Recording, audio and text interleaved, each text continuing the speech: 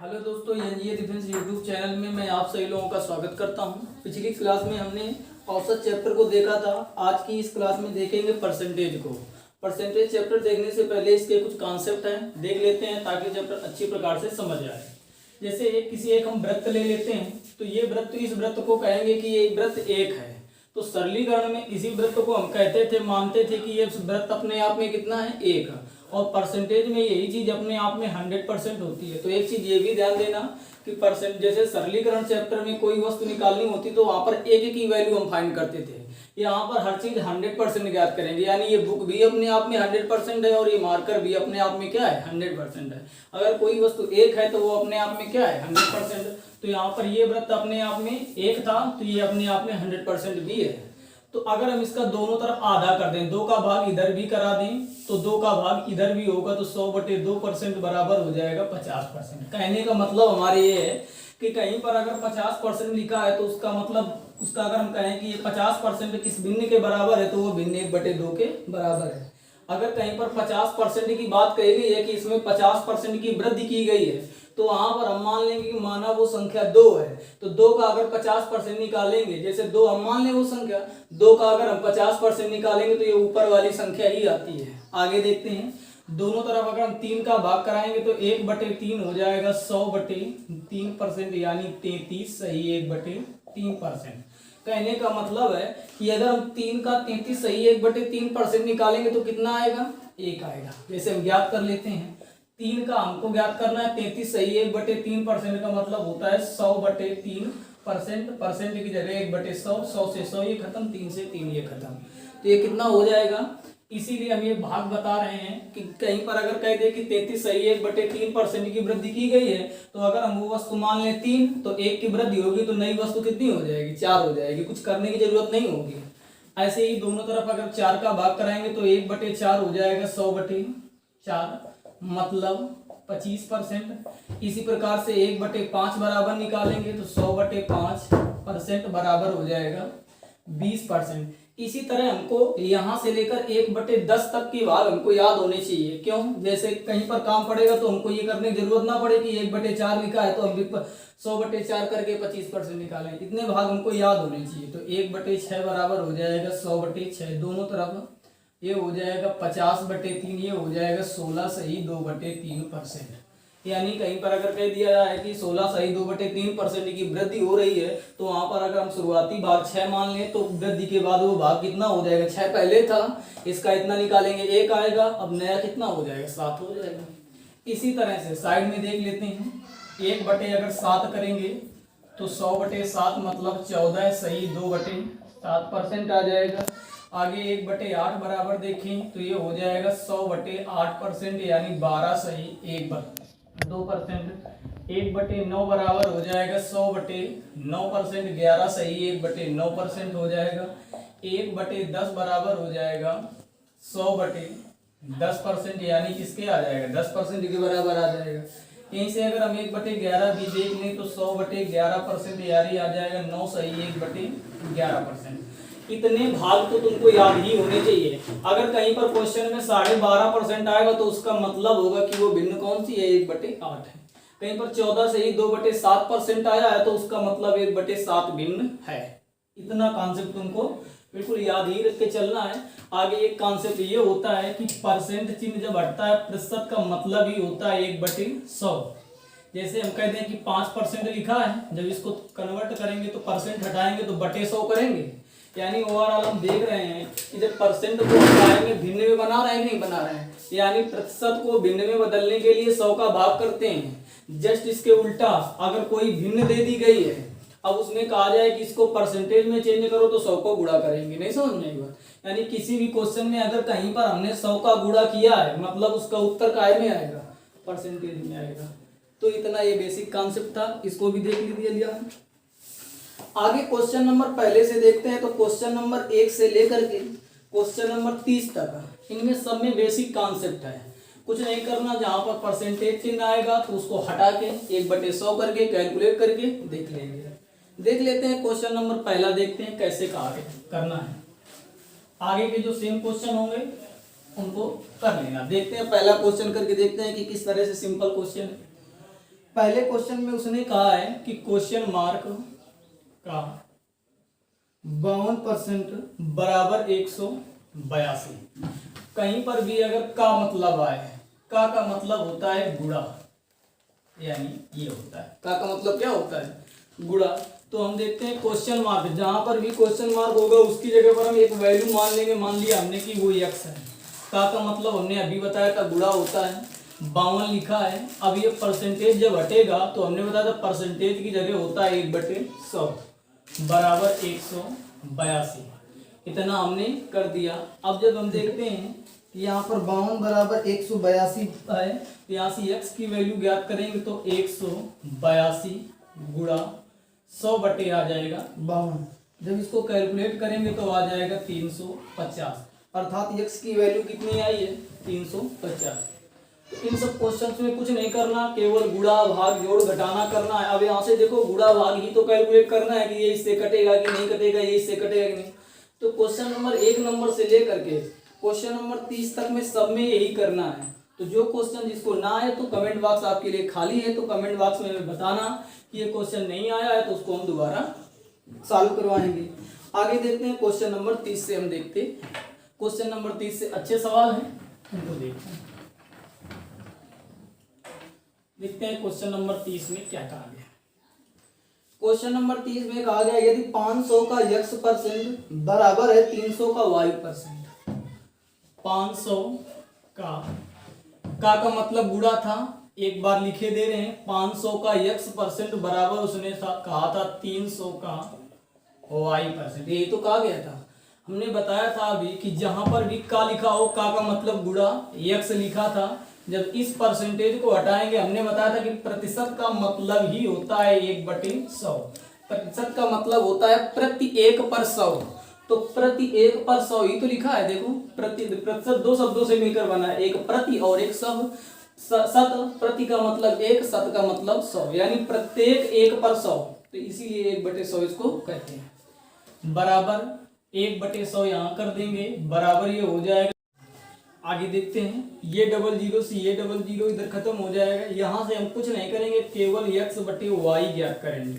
तो जब x ये है, y इधर आएगा, ये 3 इधर था, 5 उधर चला जाएगा, तो ये हो जाएगा 3/5।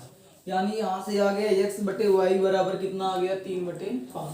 आगे उसने क्वेश्चन में अगली कंडीशन कही है कि 200 का y%, 200 का मतलब गुणा y% का x% बराबर उसने कहा है कि 60 है। यही क्वेश्चन तो उसने कहा है। तो ये 200 हो जाएगा, ये हो जाएगा y/100 गुणा x/100 बराबर 60।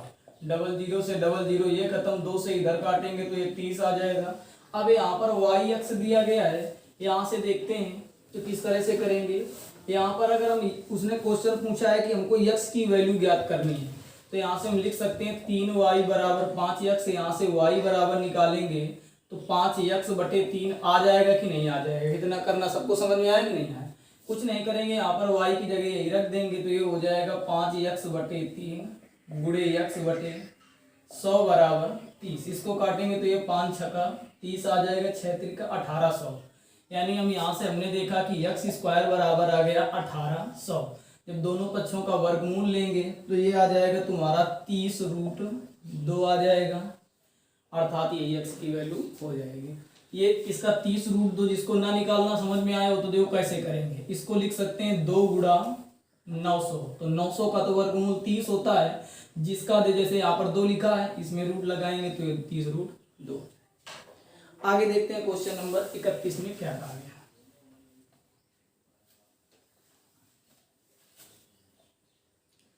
क्वेश्चन नंबर 31 में कहा गया एक संख्या के 45% का 15% यदि 105.3 हो तो इस संख्या का 24% कितना है। इसी तरह का क्वेश्चन है, आ जाएगा।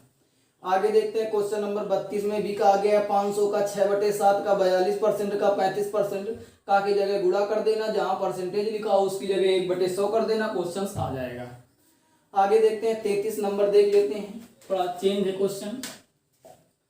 33 नंबर क्वेश्चन में कहा गया यदि एक संख्या का 1/5 यदि 81 हो, तो हमने मान लिया वो संख्या है x, इसका 1/5 कितना दिया गया है 81 दिया गया है।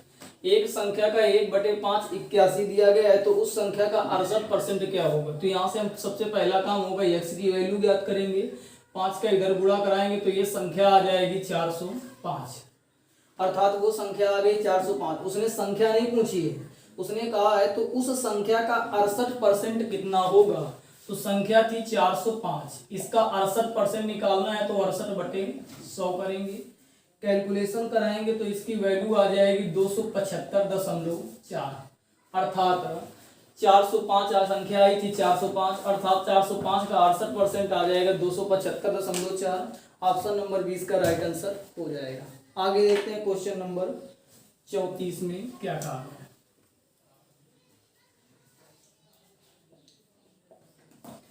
क्वेश्चन नंबर 34 में कहा गया है कि व्यंजक x³ में x तथा y के मानों में क्रमशः 25% तथा 20% कमी करने पर व्यंजक के मान में कितने प्रतिशत कमी आएगी। शुरुआत में उसने व्यंजक दिया है कि x³ है शुरुआती व्यंजक। उसने कहा x तथा y के मानों में क्रमशः 25% और 20% की कमी की गई है। x के मान में 25% की कमी की है। x का मान शुरुआत में अपने आप में होगा 100%। जब इसमें 25% की कमी करेंगे तो ये 75% ही तो शेष रहा होगा। तो x का यहाँ पर 75% ही शेष रहा है और ये क्यूब लगा था, हमने क्यूब लगा दिया। आगे y लिखा था, y के मान में 20% की कमी, तो y भी अपने आप में 100% होगा। जब 20% की कमी होगा तो इसका 80% ही तो शेष होगा, इसका हम स्क्वायर कर देंगे। आगे देखते हैं, x गुणे इसको लिख सकते हैं 75/100 का क्यूब, इसको लिख सकते हैं y गुणे 80/100 का होल स्क्वायर।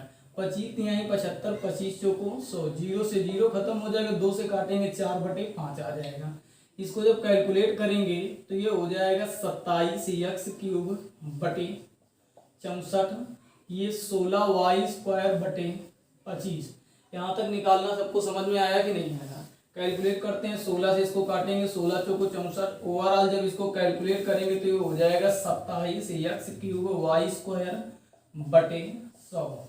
यानी हमने देखा कि ये व्यंजक शुरुआत में था x³y², अब हो गया है 27/100x³y²। तो ये ज्यादा हुआ है कि कम हुआ है। पहले तो ये 1 के बराबर था अपने आप में, अब इसमें देखेंगे 100 में अगर 27 का भाग करेंगे 0.27 हो जाएगा, यानी कमी हुई है। कितनी कमी हुई है तो इसमें इसको घटा के पता कर ले कितनी कमी हुई है। देखते हैं, घटाते हैं।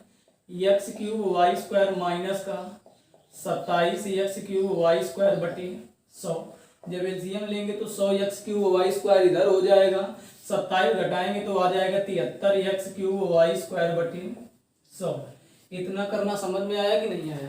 आगे उसने पूछा है कि कितने प्रतिशत की कमी आएगी। तो एक फार्मूला तुमको बता देते हैं, कहीं पर भी अगर प्रतिशत कमी या वृद्धि पूछी जाए तो फार्मूला होता है कमी या वृद्धि बटे प्रारंभिक मान गुणे 100। ये फार्मूला होता है। क्या करना होता है, कहीं पर भी अगर किसी भी वस्तु की प्रतिशत कमी या वृद्धि पूछी जाए तो सबसे पहले पता कर लेंगे कि उसमें कितनी कमी या वृद्धि हुई है। इसके बाद जिसका उसका जो शुरुआती वैल्यू होगी, यानी उसका प्रारंभिक मान कितना है, तो प्रारंभिक मान नीचे रख देंगे, गुणा 100 करा देंगे, सीधे पता चल जाएगा।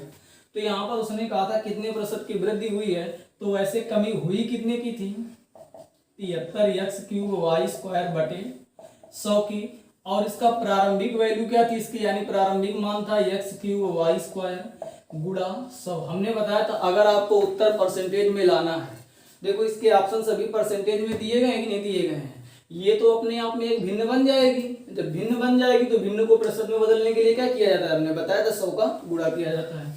ये इससे खत्म हो जाएगा, 100 से 100 खत्म हो जाएगा, आएगा ओवरऑल तुम्हारे पास 73%। देखते हैं है किसी ऑप्शन में 73%। ऑप्शन नंबर डी इसका राइट आंसर हो जाएगा। उम्मीद करते हैं समझ में आया होगा। आगे देखते हैं क्वेश्चन नंबर 35 में क्या कहा।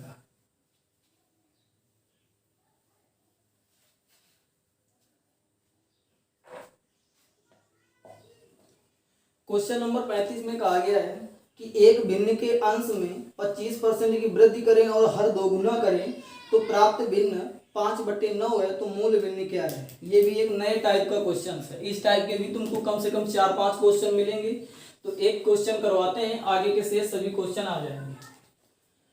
उसने पूछा है मूल भिन्न क्या है। हम मान लेंगे कि माना कि मूल भिन्न है x बटे वाई, तो ये मूल भिन्न भी अपने आप में 100% होगी और इस मूल भिन्न का अंश भी अपने आप में 100% होगा और हर भी अपने आप में क्या होगा 100% होगा, क्योंकि हमने बताया था हर एक वैल्यू अपने आप में 100% होती है। आगे उसने कहा है कि अंश में 25% की वृद्धि कर दी गई है, यानी अगर हम इसी भिन्न का नया अंश ज्ञात करें तो पुराना अंश था x, इसमें वृद्धि कितनी की गई है 25% की। शुरुआत में ये था 100%, तो अब ये स्वयं का 125% ही तो हो गया है। तो इसका अगर हम 125% ज्ञात कर लें तो ये नया अंश आ गया कि नहीं आ गया। आगे उसने कहा है हर को दोगुना किया है। किसी वस्तु को दोगुना करने का मतलब होता है उसमें 100% की वृद्धि की गई है। तिगुना करने का मतलब 200% की वृद्धि की गई है। तिगुना करने का मतलब 200% की वृद्धि की गई है। चौगुना करने का मतलब 300% की वृद्धि की गई है। इस तरह से कैलकुलेशन चलता है। कैसे हमने समझा कि ये 100% होता क्यों है। जैसे मान लीजिए कोई वस्तु 1 थी, इसको हम दोगुना करेंगे तो ये कितनी हो जाएगी। शुरुआत में ये वस्तु 1 थी, दोगुना करने पर 2 हो गई। हमने तुमसे पूछा कि इसमें कितने % की वृद्धि हुई है, तो हमने बताया था प्रतिशत वृद्धि बराबर अभी फार्मूला क्या बताया था। पहले पता करते हैं कितनी वृद्धि हुई है, तो 2 में 1 घटाएंगे 1 की वृद्धि हुई है। इसकी प्रारंभिक वैल्यू कितनी है 1 गुणा 100, 1 से 1 खत्म करेंगे कितने % की वृद्धि हो रही है इसमें 100% की। हमने पता कर लिया कि नहीं कर लिया। तो किसी वस्तु के दोगुना होने का मतलब होता है कि उसमें 100% की वृद्धि हुई है। तो ये वैल्यू शुरुआत में अपने आप में 100% थी, जब इसमें 100% की वृद्धि हो जाएगी तो ये 200% हो जाएगी नहीं हो जाएगी। यहाँ तक अगर समझ में आ गया है तो अगले क्वेश्चन बिल्कुल सिंपल से है, बिल्कुल सभी हो जाएंगे। अब जब नया अंश है, नया हर है, तो एक नई भिन्न भी तो प्राप्त हो जाएगी। तो नई भिन्न वो प्राप्त कितनी हो रही है, तो उसने क्वेश्चन में बता दिया है कि 5/9 है। परसेंटेज से परसेंटेज ये खत्म हो जाएगा, 25 से काटेंगे तो 25 पंचे 125, 25 8 200, 5 से 5 ये खत्म हो जाएगा। यहाँ से अगर हम x बटे वाई की वैल्यू फाइंड करेंगे तो ये आ जाएगा 8/9। हमने प्रारंभिक भिन्न क्या मानी थी, शुरुआती भिन्न x बटे वाई ही तो मानी थी, अर्थात x बटे वाई की वैल्यू आई कितनी है 8/9। इसी तरह से क्वेश्चन नंबर 36 भी हो जाएगा। जैसे यहाँ पर कहा गया एक भिन्न के अंश में 220% की वृद्धि करने पर, हर में 150% की वृद्धि करने पर परिणामी भिन्न 4/5 है, आ जाएगा। शुरुआत में मान लेना भिन्न x बटे वाई, अंश में 220% की, तो ये हो जाएगा 320%। नीचे हो जाएगा 250% बराबर 4/5 के करके कोई निकाल देना, आ जाएगा नहीं आ जाएगा। इसी तरह का अगला क्वेश्चन 37 नंबर भी है। आगे देखते हैं क्वेश्चन नंबर 38। क्वेश्चन नंबर 38 एक अलग कॉन्सेप्ट का क्वेश्चन है। आगे देखते हैं क्वेश्चन नंबर 38 में क्या कहा गया है। क्वेश्चन नंबर 38 में उसने कहा है कि आधे घंटे का 1 मिनट 10 सेकंड कौन सा प्रतिशत है। जब भी इस तरह के क्वेश्चन आए, क्वेश्चन नंबर 38, 39, 40, 41, 42 नंबर तक क्वेश्चन सभी इसी कॉन्सेप्ट पर आधारित है। तो इस कॉन्सेप्ट के लिए तुमको समझना है कि 2 बातें समझनी है। सबसे पहली बात समझनी है कि अगर तुमको उत्तर परसेंटेज में ज्ञात करना हो, इस तरह के क्वेश्चंस में हमेशा उत्तर किस में ज्ञात किया जाता है, परसेंटेज में। जब उत्तर तुम्हारे सभी विकल्प परसेंटेज में दिए हों और तो यहाँ पर देखा जाता है का या से शब्द एक होंगे, या तो का शब्द लिखा होगा या तो से शब्द लिखा होगा। तो जिसके पास का या से शब्द लिखा हो तो उसको इस तरह से भिन्न बना के हर में लिखेंगे, जो शेष बचेगा उसको अंश में लिखेंगे। अब ये एक अंश बटे हर से एक भिन्न बन गई कि नहीं बन गई। अब इसको परसेंटेज में उत्तर लाना है, 100 का गुणा करा देना, सीधे आ जाएगा। तो इसको हम सीधे प्रैक्टिकली करके बताते हैं कैसे करेंगे, खुद समझ में आ जाएगा। उसने कहा है आधे घंटे का 1 मिनट 10 सेकंड कौन सा प्रतिशत है। तो बताओ यहाँ पर का या से किसके पास लगा है, आधे घंटे का कहा है, तो नीचे हम क्या करेंगे आधा घंटा लिखेंगे। बाकी हमारे पास बचा क्या 1 मिनट 10 सेकंड, इसको ऊपर रख देंगे 1 मिनट 10 सेकंड।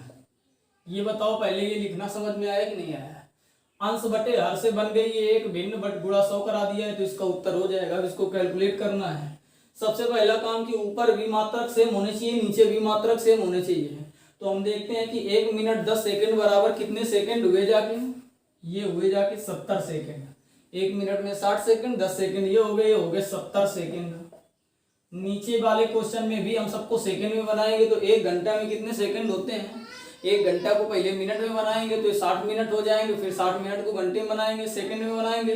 तो कुल मिला के हम देखते हैं कि ये 60 हुआ और ये 60 हुआ, तभी तो ये सेकंड में चेंज हुआ जाके गुणा 100। 00 से 00 ये खत्म हो जाएगा। यहाँ से हमने देखा 2 से इसको कैलकुलेट करेंगे तो ये हो जाएगा 140/36 आ गया।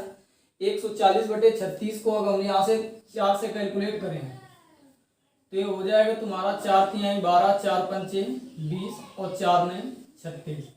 अब इसको अगर हम दशमलव में बनाएं तो इसको हम दशमलव में बना देंगे। जब दशमलव में बनाएंगे तो आ जाएगा 3.89%, यानी जब इसमें 35 में 9 का भाग कराएंगे 3.89% इसका उत्तर आ जाएगा। उम्मीद करते हैं कुछ समझ में आया होगा। आगे 39 नंबर से क्लियर हो जाएगा क्वेश्चन। देखते हैं 39 नंबर में क्या कहा गया है। कहा है कि 6.8 किलोग्राम का कितने प्रतिशत 17 ग्राम है।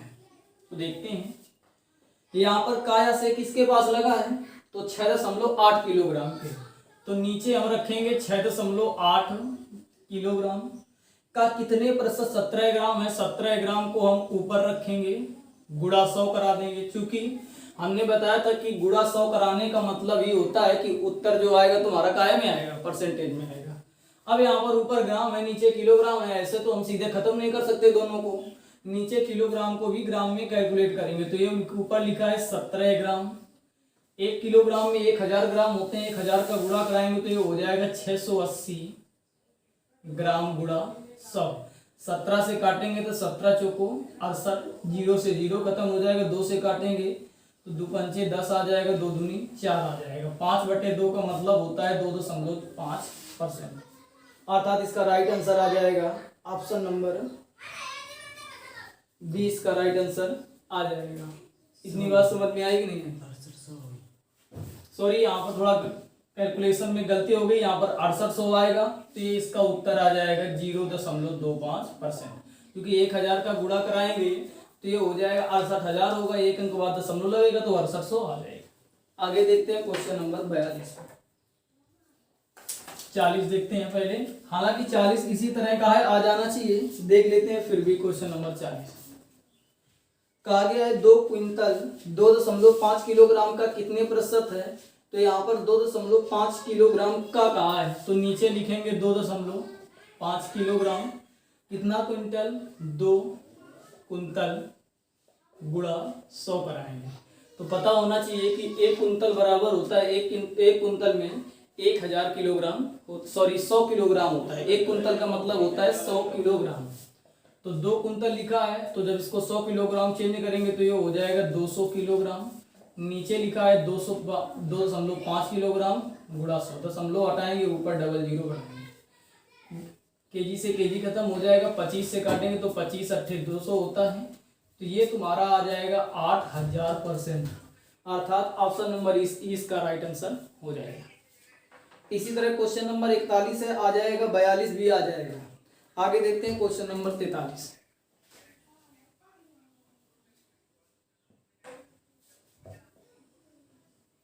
क्वेश्चन नंबर 43 में कहा गया है कि अंडर रूट इस तरह से दिया गया है 80 का 7.2% कितना है। तो इसी तरह से अंडर रूट लगा रहेगा। का मतलब गुणा है, 7.2 का मतलब परसेंट हटाएंगे, बटे 100 करेंगे। 00 1 0 से ये बढ़ जाएगा। 0 से 0 ये खत्म हो जाएगा। 8 से जब काटेंगे तो 8 से तो कटेगा नहीं, 4 से सीधे काटते हैं। 4 दूना 8, ये इधर हो जाएगा 25। गुणा कराएंगे तो ये आ जाएगा 144/25। अब 144 जब अंडर रूट से बाहर आएगा तो ये 12 हो जाएगा। 25 जब अंडर रूट से बाहर आएगा तो 5 आ जाएगा। अब उसने 12/5 जब इसको दशमलव बनाएंगे तो आ जाएगा 2.4%। नहीं आएगा उत्तर, केवल 2.4 आएगा। परसेंट तब आता है जब हम उसमें 100 का गुणा कराते हैं। यहाँ पर हमने कहीं पर भी 100 का गुणा नहीं कराया है। आगे 44 नंबर क्वेश्चन, इस तरह का क्वेश्चन पीछे हम करवा चुके हैं। क्वेश्चन नंबर 35, 36 और 37 तीनों इसी टाइप के तो थे। देखो 15% की वृद्धि की गई, ये तो अंश हो जाएगा 115%। हर हो जाएगा 92%, बराबर 15/16 हो जाएगा नहीं हो जाएगा, आ जाएगा नहीं आ जाएगा। आगे देखते हैं क्वेश्चन नंबर 45 क्या कहा गया है।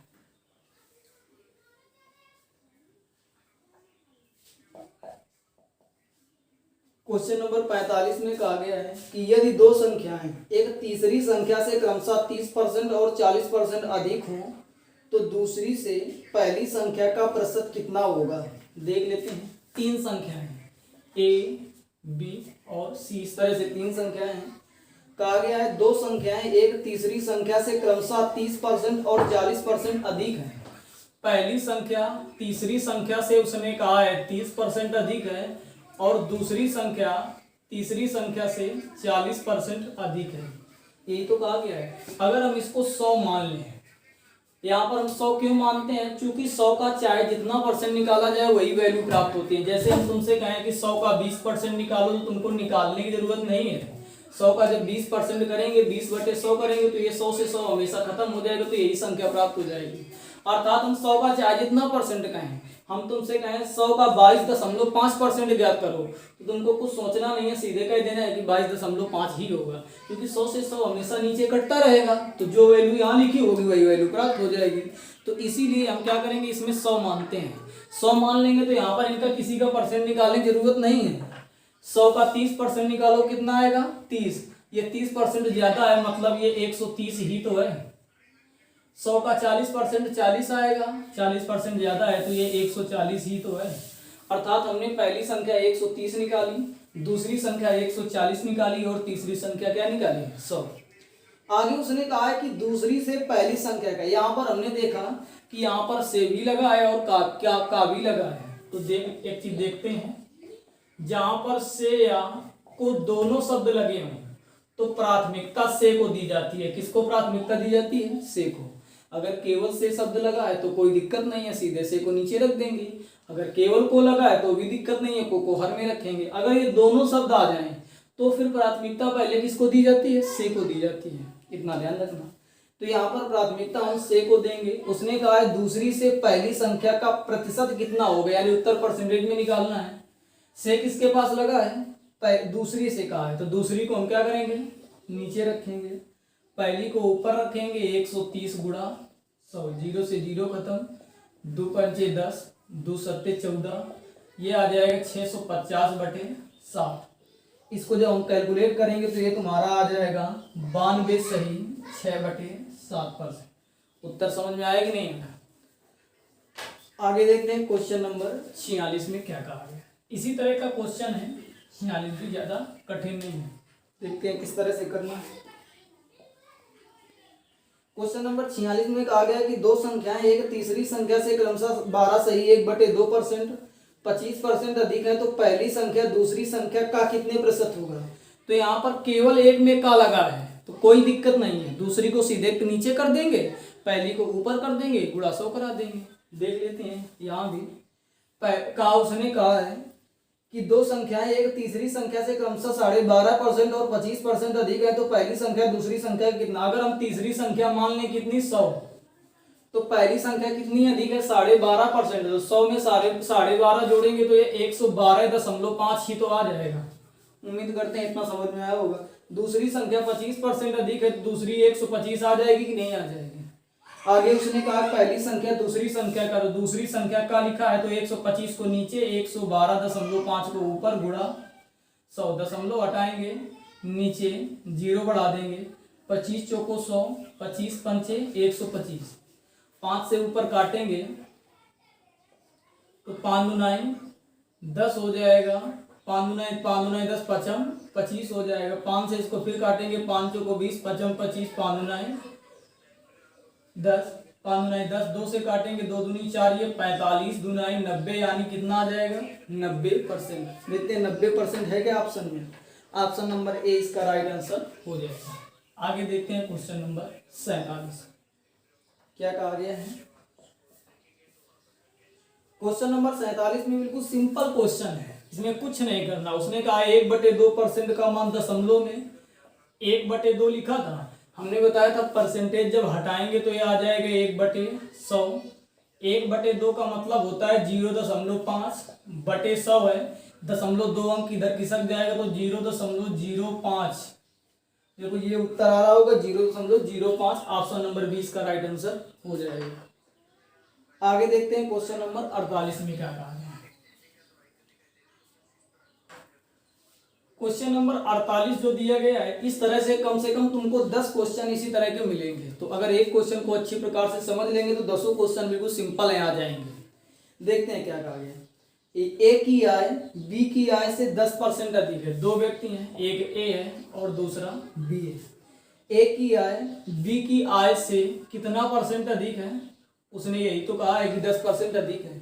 एक चीज ध्यान देना, जब भी इस तरह के क्वेश्चन आए तो जहां पर से लिखा होता है, जहां पर से लिखा होगा वहां से इस तरह से क्रॉस डायग्राम बनाया जाता है। यहाँ से लिखा था, ये इससे अधिक है, जो अधिक होगा उसके पास तीर जाएगा और जो कम होगा वहां से तीर चलेगा। तो जिसके पास से लिखा होगा वही हो जाएगा। नहीं समझ में आएगा। उसने कहा है कि ये बी से ए 10% ज्यादा है, तो इससे ज्यादा है, तो यहाँ से इस तरह से हमने डायग्राम बना दिया। अब अगर हम इसको 100 मान लें, कितना मान लें 100, इसका 10% करेंगे कितना आएगा 10। तो ए तुम्हारा 110 ये निकालना, ये भी समझ में आ गया होगा। आगे कहा है तो बताइए कि बी की आय ए की आय से कितने प्रतिशत कम है। ये पहले इसने कहा था कि 10% ज्यादा है। अगर अब ये देखे अपने, पहले उसने क्या किया था, पहले बी अपने स्तर से देख रहा था तो ये कह रहा था कि ये हमसे 10% ज्यादा है। अब ए अपने स्तर से देखता है तो ये यही तो कहेगा कि ये हमसे 10 कम है, नहीं कहेगा, केवल कहेगा कि ये कितना कम है, 10 कम है, 10 कम है। अब उसने कहा क्या है, तो बी की आय ए की आय से। अब यहाँ पर से किसके पास लगा है, ए के पास लगा है कि नहीं लगा है, तो ए के पास लगा है तो 110 को नीचे करेंगे, गुणा 100 करेंगे, 0 से 0 खत्म। ये 100/11 अभी हमने निकाला था, 9 सही 1/11% होता है। देखो 9 सही 1/11% ऑप्शन नंबर सी इसका राइट आंसर हो जाएगा। तो इस प्रकार के क्वेश्चंस का एक शॉर्टकट तरीका ये होता है कि इसमें अगर पहले वृद्धि कहेगा तो बाद में प्रतिशत कमी कहेगा। देखो शुरुआत में उसने कहा था कि ये इससे 10% अधिक था, तो उसने पूछा है कि ये इससे कितना प्रतिशत कम होगा। इसका एक सीधे फार्मूला भी होता है। अगर फार्मूले से करना हो तो देखो फार्मूला क्या होता है, फार्मूला होता है प्रतिशत कमी या वृद्धि बराबर होता है m/100 ± m गुणा 100। लेकिन इस फार्मूले को लगाने में बहुत सावधानी बरतनी होती है। यानी क्या सावधानी बरतनी होती है, अगर वो क्वेश्चन में उसने पहले वृद्धि की बात की है तो श्योर है कि वो बाद में कमी पूछेगा। अगर पहले कमी की बात की है तो श्योर है कि बाद में वो वृद्धि पूछेगा। तो यहाँ पर लिखेंगे, जैसे तुमको मान लीजिए यहाँ पर उसने वृद्धि कहा था, कमी निकालना, तो इसका फार्मूला लिखोगे प्रतिशत कमी बराबर m/100 ± m। तुमने सोचा कि यहाँ पर कमी है तो कमी का मतलब माइनस चिन्ह होना चाहिए। लेकिन ये चीज ध्यान देना कि यहाँ पर तो तुम प्रतिशत कमी या वृद्धि लिखोगे, लेकिन ये चीज जो फार्मूले में लिखा जाएगा वो पहली वाली कंडीशन के हिसाब से ही लिखा जाएगा। यानी पहले की कंडीशन में अगर वृद्धि है तो यहाँ पर प्लस चिन्ह होगा, पहले की कंडीशन में कमी है तो माइनस चिन्ह होगा। देखते हैं इसको फार्मूले से अगर करते हैं तो किस तरह से होगा। शुरुआत में उसने कहा 10% अधिक है, तो 10 सीधे 110 गुणे 100, ये सीधे आ जाएगा 9 सही 1/11%। नहीं समझ में आएगा। आगे क्वेश्चन देखते हैं, जैसे 48 के बाद 49 नंबर क्या कहा गया।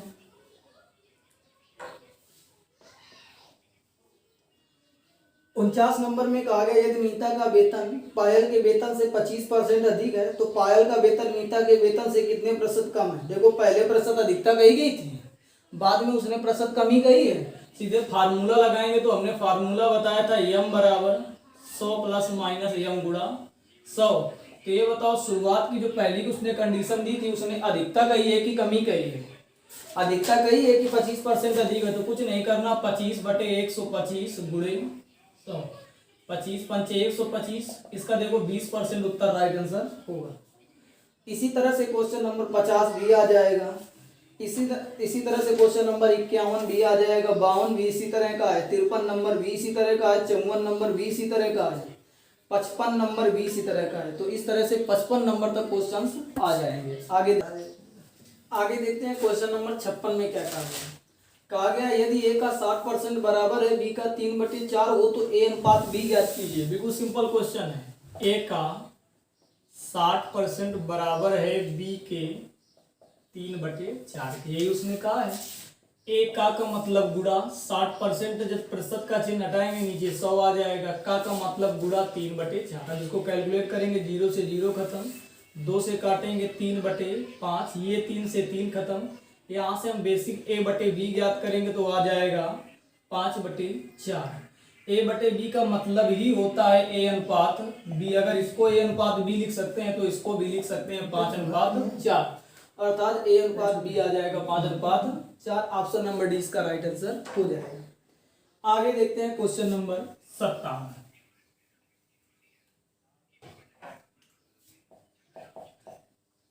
क्वेश्चन नंबर 57 में क्या कहा गया, किसी वस्तु 740 का 35% एक संख्या से 34 अधिक है तो इस संख्या का 2/5 कितना है। बिल्कुल सिंपल है, 740 का 35% उस संख्या से 34 अधिक है, यानी 740 का 35% एक संख्या से 34 अधिक है। हमने मान लिया वो संख्या x है, इससे कितना अधिक है, 34 अधिक है। यही तो क्वेश्चन में कहा गया था। अब इसको कैलकुलेट करना है, इस 35% हटाएंगे, नीचे डबल जीरो हो जाएगा, एक जीरो से जीरो ये खत्म हो जाएगा, 5 से काटेंगे तो 5 सत्ते 35, 5 9 10, 2 से काटेंगे 2 3 6, 2 सत्ते 14, 7 से कैलकुलेट करेंगे तो 7 सत्ते 49 हो जाएगा, 7 का 21 और 4 हो जाएगा 25, 259 बराबर हो जाएगा x प्लस 34। ये 34 इधर आ जाएगा तो 259 में जब हम 34 घटाएंगे तो 9 में 4 घटाएंगे 5, 5 में 3 घटाएंगे 2, 9 में 4 घटाएंगे आएगा 5, यहाँ पर 5 में 3 घटाएंगे 2, यानी ये आ जाएगा 225।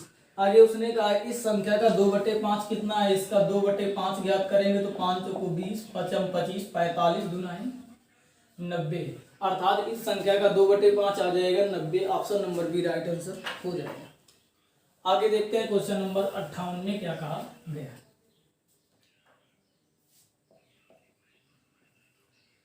क्वेश्चन नंबर 58 में कहा गया कि किसी वस्तु की 10% और 10% की दो क्रमवार मूल्य वृद्धियां किस एकमात्र मूल्य वृद्धि के समतुल्य होंगी। जब भी इस तरह के क्वेश्चन आएंगे तो इनका एक हम शॉर्टकट तरीका बताते हैं। एक फार्मूला होता है नेट चेंज का formula, a plus B plus minus A B गुणा 100। बेसिक फार्मूला तो केवल इतना होता है, a plus B plus A B बटे 100। जहां पर एक चीज ये ध्यान देना कि a और b के चिन्ह सहित मान रखे जाते हैं। चिन्ह सहित मान रखने का मतलब अगर वृद्धि कही जाएगी तो a की वैल्यू प्लस में रखेंगे, अगर कमी कही जाएगी तो a की वैल्यू माइनस में रखेंगे। इस यही कंडीशन b में भी लागू होती है। अगर b में वृद्धि कही गई है तो b प्लस में होगा, कमी कही गई है तो माइनस में होगा। बाकी फार्मूला ये होगा, यहाँ से इसकी समतुल्य वृद्धि या कमी निकल के आ जाती है। कैसे देखो फार्मूला अप्लाई करेंगे, इसने उसमें कहा है कि दोनों की 10% की वृद्धियां होंगी, यानी a का मान भी 10% है और b का मान भी 10% है। अब यहाँ पर उसने कहा है कि दो क्रमवार मूल वृद्धियां हैं, यानी ये भी वृद्धि है और ये भी वृद्धि है, तो ये दोनों प्लस में होंगे कि नहीं होंगे। प्लस में है तो प्लस के चिन्ह को शो करने की जरूरत होती नहीं है कि जैसे मान लीजिए अगर 10 लिखना है तो कि यह जरूरी है कि प्लस का 10 लिखो, माइनस में जरूरी होता है, अर्थात सीधे इसी फार्मूले में रख देंगे। a की वैल्यू 10 है प्लस b की वैल्यू भी 10 है, 10 गुणा 10 बटे 100, डबल जीरो से डबल जीरो, 10 20 से 21% आ जाएगा।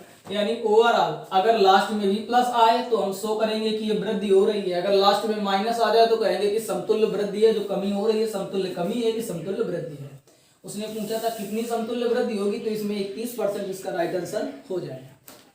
आएगा समझ में कि नहीं आएगा। आगे देखते हैं क्वेश्चन नंबर 59 में क्या कहा। कई जगह पर ये नेट चेंज फार्मूला अप्लाई होगा। देखते हैं क्वेश्चन नंबर 59 में क्या कहा गया। कहा गया किसी वस्तु के मूल्य में पहले 10% की वृद्धि की गई है, इसके उपरांत 20% की वृद्धि की गई है। यदि अंतिम बढ़ा हुआ मूल्य 33 रुपए हो तो प्रारंभिक मूल्य कितना होगा। अगर हम मान लें कि माना कि प्रारंभिक मूल्य x है, तो ये बताओ कि ये प्रारंभिक मूल्य अपने आप में 100% होगा कि नहीं होगा। इसमें कितने की वृद्धि की गई है, 10% की वृद्धि की गई है, तो ये इसका 110% हो जाएगा, मतलब इसका 110/100 ही तो हो जाएगा। इतनी बात समझ में आई कि नहीं है। आगे का आ गया इसके उपरांत 20% की वृद्धि की गई है, तो अब ये आगे 120/100 हो जाएगा कि नहीं हो जाएगा। बराबर टोटल वृद्धि होने के बाद मूल्य हो गया है 33। अब उसने कहा है कि शुरुआत का मूल्य कितना है, 0 से 0 दोनों ये खत्म हो जाएंगे, 11 से काटेंगे 11 3 33 हो जाएगा, 3 से काटेंगे 3 चौको 12, 4 से काटेंगे नीचे 25 आ जाएगा, तो x की वैल्यू आ जाएगी 25 रुपए, यानी वस्तु का प्रारंभिक मूल्य कितना आ जाएगा ₹25 आ जाएगा। ऑप्शन नंबर डी इसका राइट आंसर हो जाएगा। उम्मीद करते हैं ये भी बात समझ में आई है। आगे क्वेश्चन नंबर 60 देखते हैं क्या।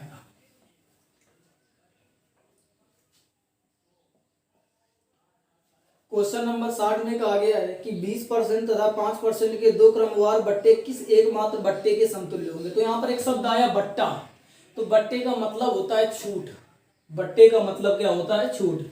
अगर एक चीज ये बताओ, अगर किसी वस्तु का मूल्य 100 रुपया है और दुकानदार कहता है हम इसमें 10 रुपए की छूट देंगे, तो बताओ तुम उस वस्तु को 110 में खरीदोगे कि 90 में खरीदोगे? 90 में खरीदोगे। अर्थात तुमने देखा कि छूट का मतलब क्या होता है? कमी ही होती है कि नहीं होती है? तो यहाँ पर छूट परसेंट जो दो दी गई है क्रमवार छूटें, ये दोनों कमी को प्रदर्शित करती हैं। यानी एक बट्टा माइनस का 20% है और एक बट्टा माइनस का 5% है। बताओ क्या इसमें भी हम नेट चेंज नहीं अप्लाई कर सकते हैं? कर सकते हैं। बस बट्टे का मतलब होता है कमी, तो दोनों के चिन्ह हमको पता चल गए कि ये माइनस में होगा, ये भी माइनस में होगा, तो फिर वही नेट चेंज हो जाएगा a plus B plus A B बटे 100। ए की वैल्यू माइनस का 20 है, बी की वैल्यू भी, तो हो जाएगा माइनस का 5 प्लस माइनस का 20 गुणे माइनस का 5 बटे 100। माइनस 20 माइनस 5 हो जाएगा माइनस का 25 प्लस माइनस माइनस हो जाएगा प्लस 20 पंचे 100, यानी एक आ जाएगा, ये आ जाएगा माइनस का 24। जब ये बट्टा था तो भी ऋणात्मक था, ये भी तो एक प्रकार का समतुल्य बट्टा ही है। तो जब ये भी बट्टा है तो ये भी ऋणात्मक आएगा, इसीलिए ऋणात्मक आया है। अर्थात समतुल्य बट्टा कितना हो जाएगा? 24% हो जाएगा, ना कि माइनस का 24%। यानी चूंकि माइनस चिन्ह शो करता है कि ये भी एक प्रकार का क्या है? बट्टा है तो बट्टा, चाहे समतुल्य बट्टा हो चाहे क्रमिक बट्टा हो। अर्थात इसका राइट आंसर हो जाएगा ऑप्शन नंबर बी। उम्मीद करते हैं समझ में आया होगा। आगे देखते हैं क्वेश्चन नंबर 61 में क्या कहा है।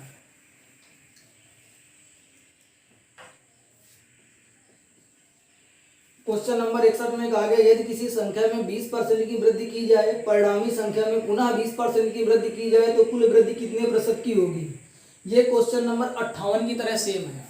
नेट चेंज लगाएंगे, दोनों वृद्धियां की गई हैं, ए का मान भी 20% है और बी का मान भी 20% है, तो 20 40 2 दूनी 4 44% इसका राइट आंसर आ जाएगा। ऑप्शन नंबर सी इसका राइट आंसर आ जाएगा। उम्मीद करते हैं आ जाएगा, करके देखना, जब ना आए तो फिर बताना। आगे देखते हैं क्वेश्चन नंबर 62 में क्या कहा गया है। क्वेश्चन नंबर 62 में कहा गया जोसेफ की आय में 10% की कमी कर दी गई है, उसकी आय को पूर्व स्तर पर लाने हेतु तो नई आय में कितने प्रतिशत की वृद्धि की जाए? देखो इस क्वेश्चन में शुरुआत में उसने कहा है कि 10% की कमी कर दी गई है, बाद में उसने कहा है कि कितने प्रतिशत की अधिकता की जाए या वृद्धि की जाए। तो इस तरह का एक हमने टाइप बताया था कि शुरुआत में कहेगा कि प्रतिशत कमी की गई है, बाद में कहेगा कितने प्रतिशत वृद्धि होगी। तो इसमें भी वही फार्मूला लग जाएगा। तो इस तरह के जब भी सवाल आएंगे तो इनके पहचानने के शॉर्टकट तरीके दो हैं। नंबर एक तो ये लिखा होगा शुरुआत में अगर प्रतिशत वृद्धि कही गई है तो बाद में प्रतिशत कमी कहेगा, अगर शुरुआत में प्रतिशत कमी कही गई है तो बाद में प्रतिशत वृद्धि कहेगा। इसके बाद देखो यहाँ पर एक शब्द ये लिखा होगा कि इसका खर्च ना बढ़े या इसकी आय अपरिवर्तित रहे या पूर्व स्तर पर लाने का मतलब कि क्या होगा कि एक कंडीशन ये लिखी होगी कि इसका खर्च ना बढ़े या इसका खर्च पूर्ववत रहे या ना बदले। तो यहाँ पर एक कंडीशन लिखी गई उसकी आय को पूर्व स्तर पर लाने हेतु। आय को पूर्व स्तर पर लाने का मतलब है कि जितना पहले था उतना आज भी है। तो सीधे इसमें कुछ नहीं करना, फार्मूला लगा देना एम बटे 100 प्लस माइनस एम गुणा 100। साथ में ध्यान देना कि ये फार्मूला पहले वाली कंडीशन के हिसाब पर लगेगा। 10% की कमी है तो 10 बटे 90 गुणा 100, ये हो जाएगा 11 सही 1 बटे 9%। उम्मीद करते हैं समझ में आ गया होगा। आगे कहा गया है 63 नंबर में क्या कहा गया है देखते हैं। 63 नंबर में देखते हैं क्या कहा गया है। 63 नंबर में कहा गया है कि एक संख्या में से 600 के 75% का 2/3 घटाने पर प्राप्त संख्या 320 है, मूल संख्या कितनी है? एक संख्या है, हमने मान लिया ये x है, इसमें कितना घटाना है? एक संख्या में से 600 के 75% का 2/3 का मतलब गुणा 2/3 अगर हम इसमें घटा दें तो सवाल में उसने कहा है कि 320 क्या होता है?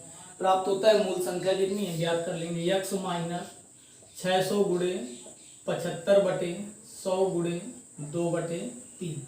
आगे देखते हैं, 00 से 00 ये खत्म हो जाएगा, 3 से काटेंगे तो 3 दुनाई 6, 75 दुनाई 150 और 150 का दुनाई हो जाएगा 300, ये 320 तो लिखा है। x माइनस 300 बराबर हो जाएगा 320, तो x की वैल्यू यहाँ से फाइंड करेंगे तो x की वैल्यू आ जाएगी 620, अर्थात वो संख्या आ जाएगी 620। आगे देखते हैं क्वेश्चन नंबर 64 क्या कहा गया है।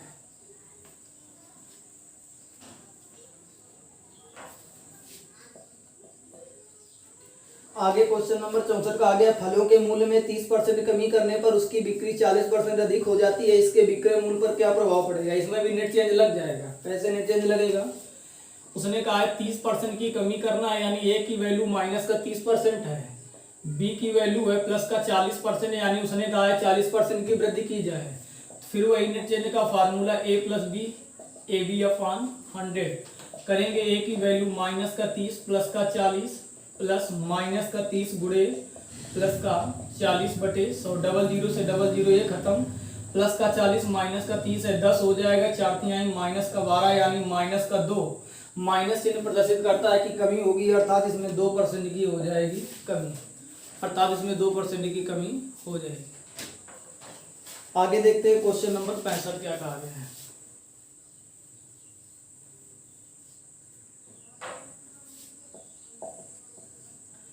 क्वेश्चन नंबर 65 में कहा गया, चीनी के भाव में 40% वृद्धि होने पर किसी परिवार को चीनी की वार्षिक खपत कितने प्रतिशत कम करनी होगी।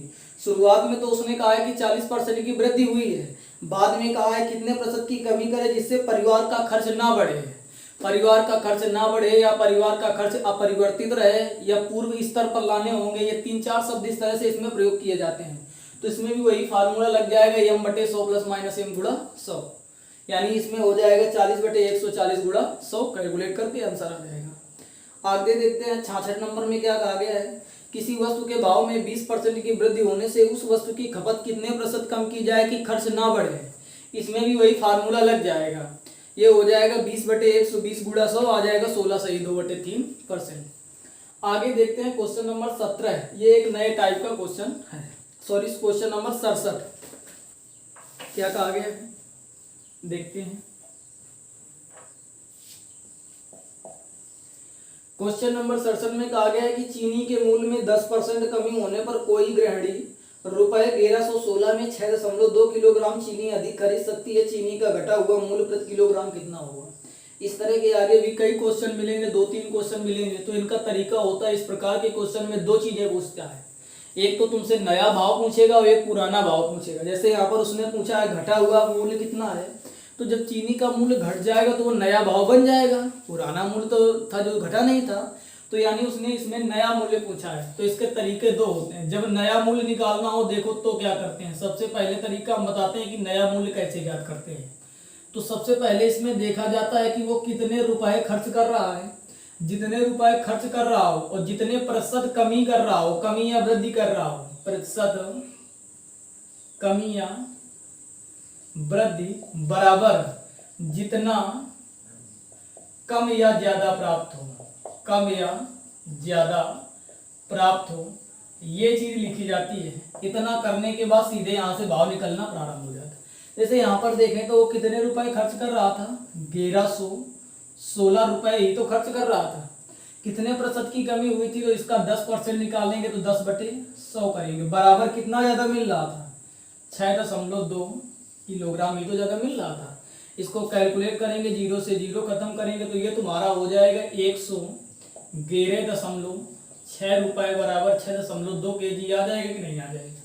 एक चीज समझना कि किसी चीज का जैसे चीनी का भाव होता है तो हम यही तो कहते हैं कि 40 रुपए प्रति किलोग्राम है, यानी हम भाव 1 किलोग्राम का ही तो निकालते हैं। तो यहाँ से अगर हम 1 किलोग्राम का निकालें तो इसको इधर भाग करा दें, यानी हो जाएगा 111.6/6.2 करा दें तो ये भाव रुपए प्रति किलोग्राम का आ जाएगा नहीं आ जाएगा। दशमलव हटाएंगे, 2 से इसको काट देंगे, 2 पंचे 10, 2 पंचे 10, 2 अट्ठे 16 आ जाएगा, 2 3 6, 2 1 कम 2। जब इसको 31 से काटेंगे तो यहाँ पर आ जाएगा 18। कितना आ जाएगा 18 रुपए प्रति किलोग्राम। ये हमने कौन सा भाव निकाला था, नया मूल्य। नया मूल्य का मतलब घटने वाला ही मूल्य तो निकाला है। जैसे अगर पहले मूल्य मान लीजिए 100 रहा होगा तो 10% की कमी के बाद मूल्य 90 हो जाएगा, बताओ ये घटने वाला ही मूल्य तो नया है, तो यही मूल्य तो उसने पूछा था, 18 रुपए प्रति किलोग्राम आ जाएगा। अगर मान लीजिए इसी क्वेश्चन में पूछ लेता कि पुराना मूल्य कितना है, तो कुछ नहीं करना था, ये 90% था, ये 90% बराबर ही तो 18 के है, तो 1% बराबर हो जाएगा 18/90।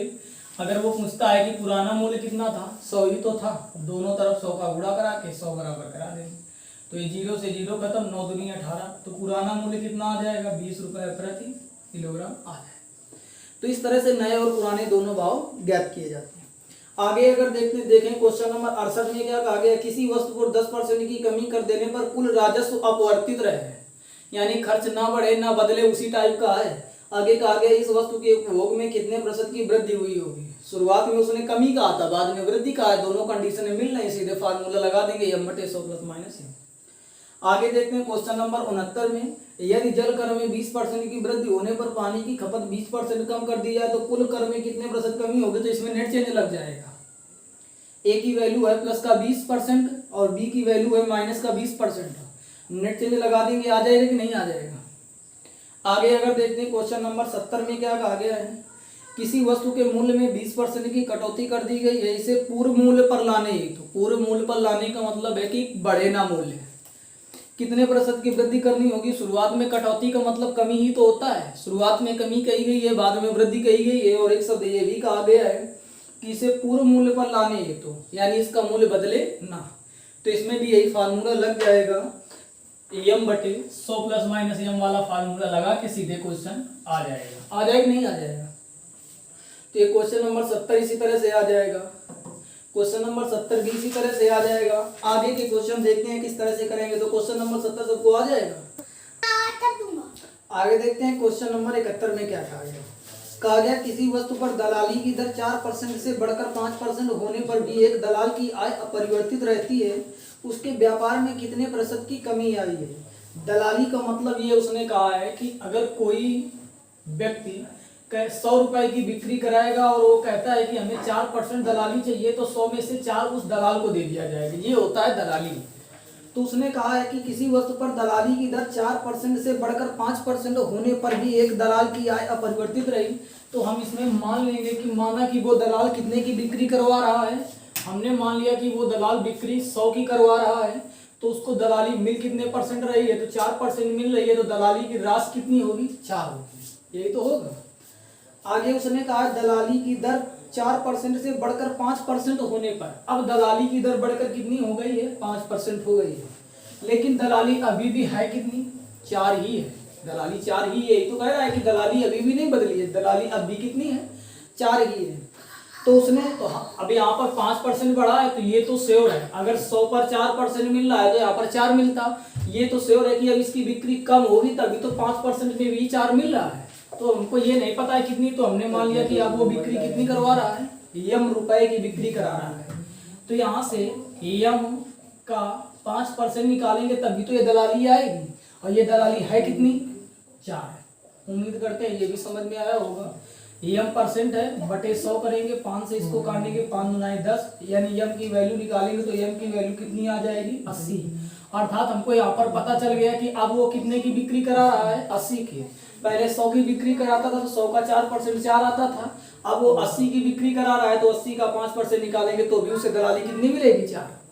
आगे उसने हमसे पूछा है कि उसके व्यापार में कितने प्रतिशत की कमी आई है। पहले व्यापार कितने का होता था, 100 का व्यापार होता था, अब व्यापार कितने का हो रहा है, व्यापार में कमी कितने रुपए की आई है, 20 रुपए की आई है, लेकिन उसने कमी प्रतिशत पूछी है।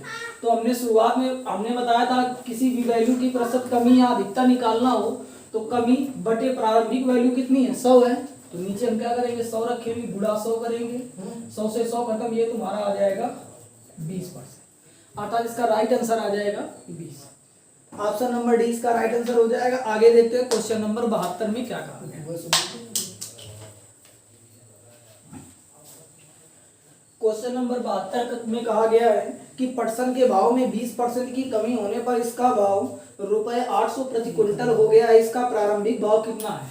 हमने मान लिया इसका प्रारंभिक भाव था 100 रुपए प्रति क्विंटल, इसमें कमी कितने परसेंट की हुई है, 20% की, तो 100 का 20% निकालें कितना आएगा, 20 की जब कमी करेंगे तो नया भाव इस 100 के मानने के हिसाब से 80 हुआ कि नहीं हुआ, 80 बराबर उसने दिया है 800 रुपए प्रति कुंतल दे दिया है। यहाँ से एक बराबर निकालेंगे तो एक बराबर आ जाएगा 10 रुपए प्रति कुंतल आ जाएगा। उसने हमसे पूछा क्या है, इसका प्रारंभिक भाव कितना है। हमने प्रारंभिक भाव माना कितना था 100, दोनों तरफ 100 का गुणा कराएंगे तभी तो वही तो आरंभिक भाव होगा। तो 100 का इधर भी गुणा करा देंगे तो ये आ जाएगा 1000 रुपए प्रति कुंतल।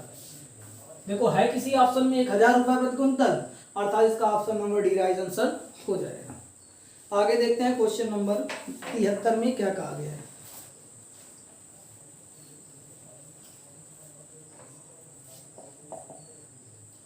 क्वेश्चन नंबर 73 में कहा गया है कि खाद्य तेलों में 25% की वृद्धि होने पर एक गृहिणी को अपने तेल की खपत कितने प्रतिशत कम करनी होगी कि इस मद पर खर्च ना बढ़े। ये टाइप सबको समझ में आ गया होगा तुरंत कि इसमें कौन सा फार्मूला लगाएंगे, m/100 + -m लगाएंगे। चूंकि पहले वृद्धि कही गई है, प्रतिशत वृद्धि दी गई है, बाद में प्रतिशत कमी कह रहा है और उसने ये भी कहा है कि इस मद पर खर्च ना बढ़े यानी खर्च अपरिवर्तित रहे। आगे देखते हैं क्वेश्चन नंबर 74 में क्या कहा गया है।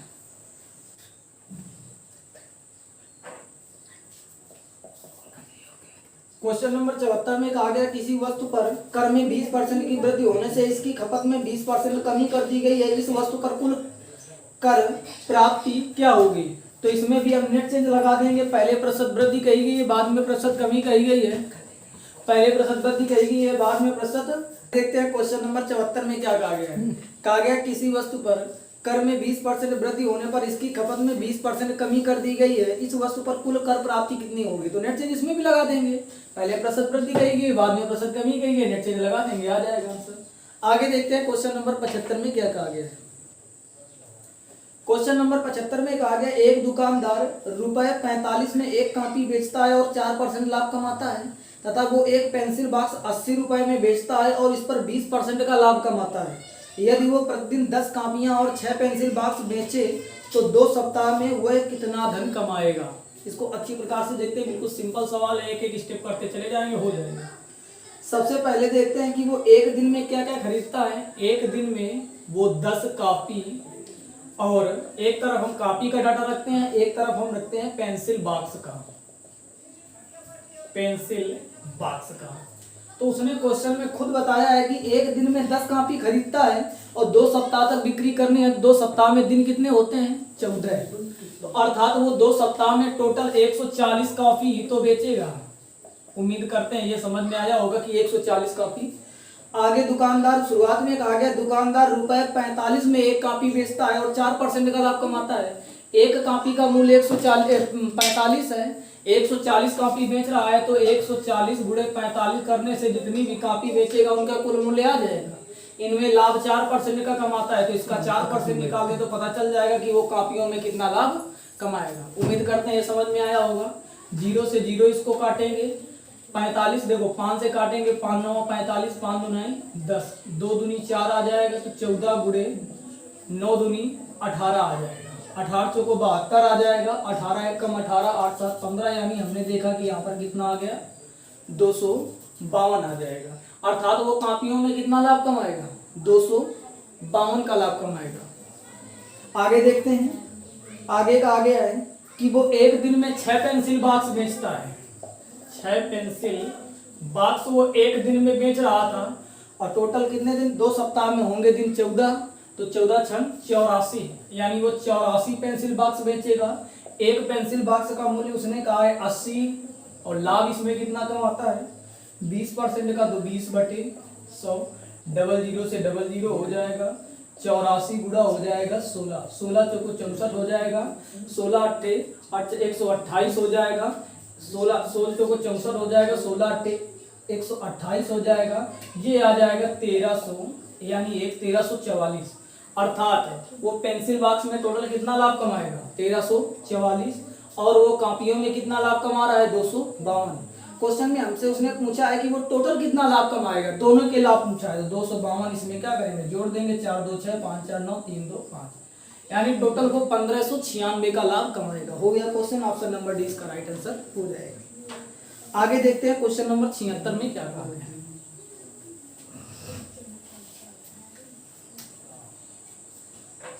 क्वेश्चन नंबर 76 को देखते हैं क्या कहा गया है।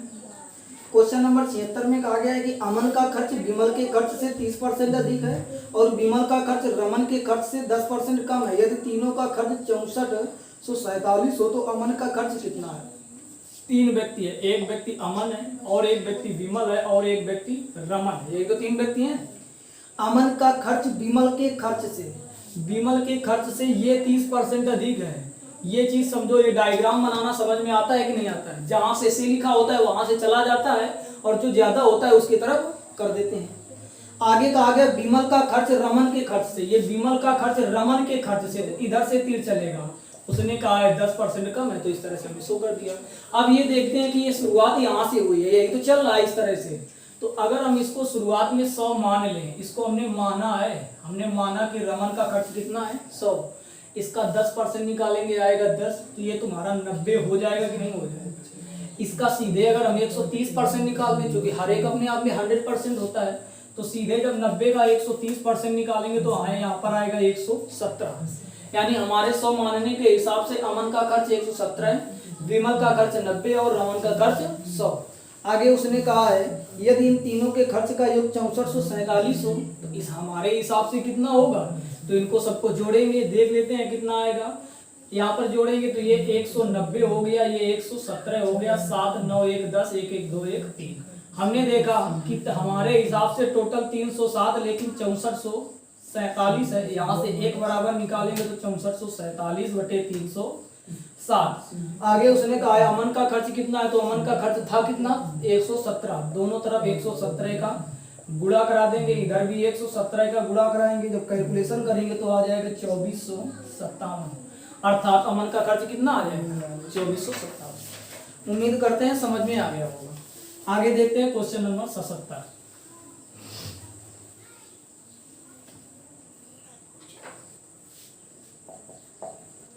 क्वेश्चन नंबर 77 में कहा गया कि पेट्रोल के मूल्य में 10% की कमी होने पर एक उपभोक्ता को पेट्रोल की खपत में कितनी वृद्धि करनी होगी जिससे उसका पेट्रोल पर खर्च ना बढ़े, घटे।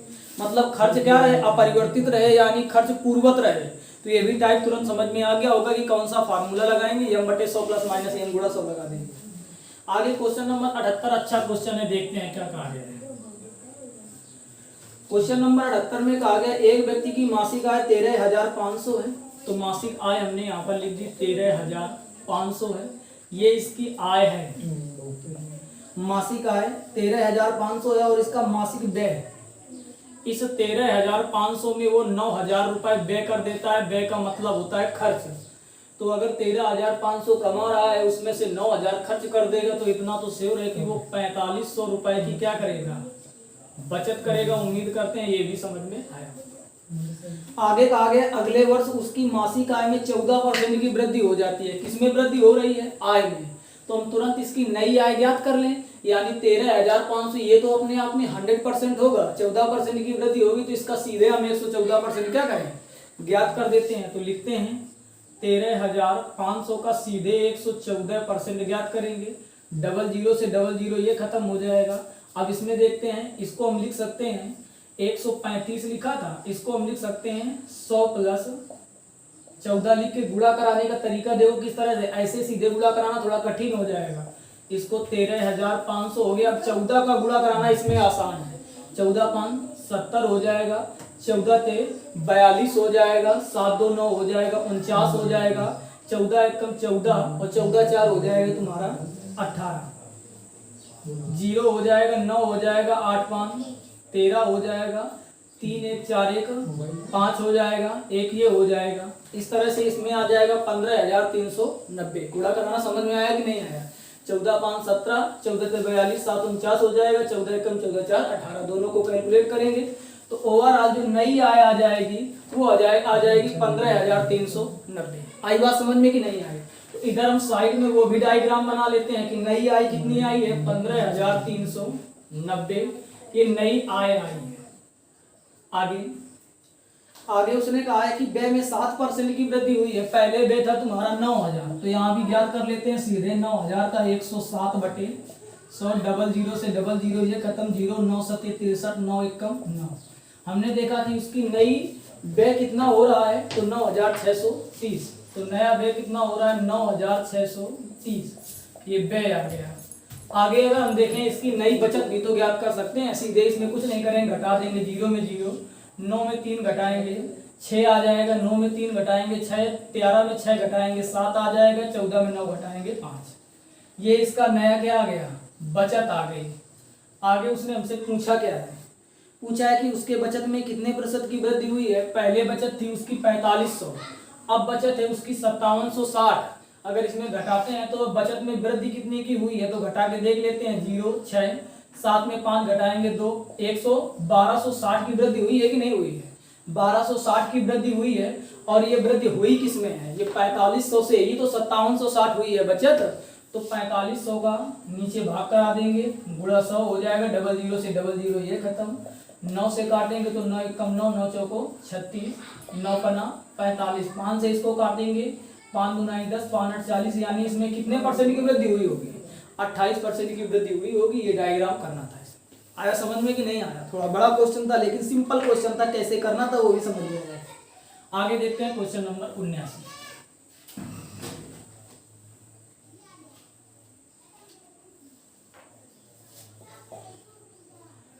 क्वेश्चन नंबर 79 में कहा गया कि किसी बाल्टी में 66.2/3% भरी होने की तुलना में, यानी पहले बाल्टी भरी थी 66.2/3%, अब बाल्टी भरी है 80%। तो जब पहले बाल्टी भरी थी 66.2/3%, अब बाल्टी 80% भरी है, तो ये तो श्योर है कि इसमें कुछ ना कुछ ज्यादा परसेंटेज में भी पानी ज्यादा आएगा। वैसे तो उसने बता दिया है कि 2 लीटर अधिक आ रहा है, तो हम परसेंटेज के हिसाब से ज्ञात कर लेते हैं कि कितना अधिक आएगा। तो क्या करेंगे, 80% में इसको तोड़ के घटा देंगे। तो घटाते हैं, 80 माइनस इसको जब तोड़ेंगे तो 3 18, 3 18 1 9, यह हो जाएगा 200/3। इतनी बात समझ में आई कि नहीं आई। नीचे 1 करेंगे तो ये तुम्हारा हो जाएगा 240 माइनस 200, यानी हमने देखा कि आया 40/3%। इतनी बात समझ में आई। परसेंटेज के हिसाब से इसमें 40/3% पानी ज्यादा आ रहा है, वैसे इसमें आ रहा है 2 लीटर पानी ज्यादा आ रहा है। इतनी बात समझ में आई कि नहीं आई। यहाँ से हम 1% बराबर निकालेंगे तो 2 गुणा 3/40। आगे उसने पूछा है कि बाल्टी की धारिता क्षमता कितनी है, तो बाल्टी की धारिता या क्षमता 100% होती है कि नहीं होती है, तो 100% इसमें निकाल देंगे। इधर भी 100, इधर भी 100, 0 से 0 खत्म, 2 से काटेंगे 2 दूनी 4 आ जाएगा, 2 5 6 10 आ जाएगा। हमने देखा बाल्टी की धारिता कितनी आ गई, 15 लीटर, अर्थात इस बाल्टी में पानी कितना आता है, 15 लीटर आता है। आगे देखते हैं क्वेश्चन नंबर 80।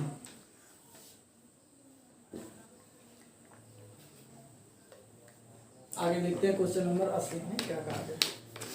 क्वेश्चन नंबर 80 में कहा गया 50 किलोग्राम शीशे व टिन के मिश्रण में 50 किलोग्राम शीशे व टिन के मिश्रण में 60% शीशा है। इस मिश्रण में कितना शीशा मिलाने पर बने मिश्रण में 75% शीशा हो जाएगा।